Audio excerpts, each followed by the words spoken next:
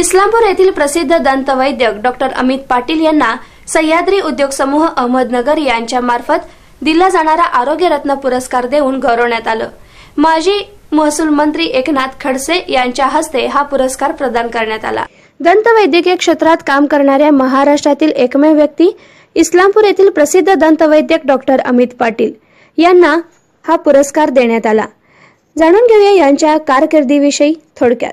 सन 2009 साली तात्यासाहेब कोरे दंत महाविद्यालय वारणानगर येथून BDS ही पदवी अव्वल गुणांनी त्यांनी प्राप्त केली। इस्लामपुरात सुरुवातीला आपला दंत व्यवसाय सुरू करून 2012 साली इस्लामपूर इथं पाटील डेंटल केअरची स्थापना करण्यात आली। याचं उद्घाटन मंत्री जयंतराव पाटील यांच्या हस्ते करण्यात आलं। या हॉस्पिटलनं अर्थातच डॉक्टर अमित पाटील यांनी मागे वळून पाहिलंच नाही।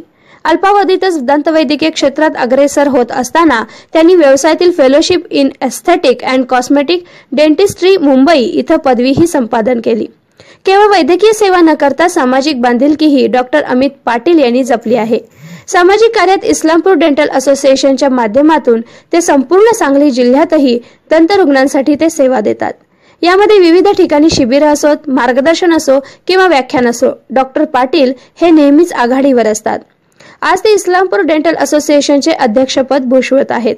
केवळ एवढंच नाही तर वैयक्तिक जीवनातही सामाजिक सेवेत ते नेहमीच पुढाकार घेतात।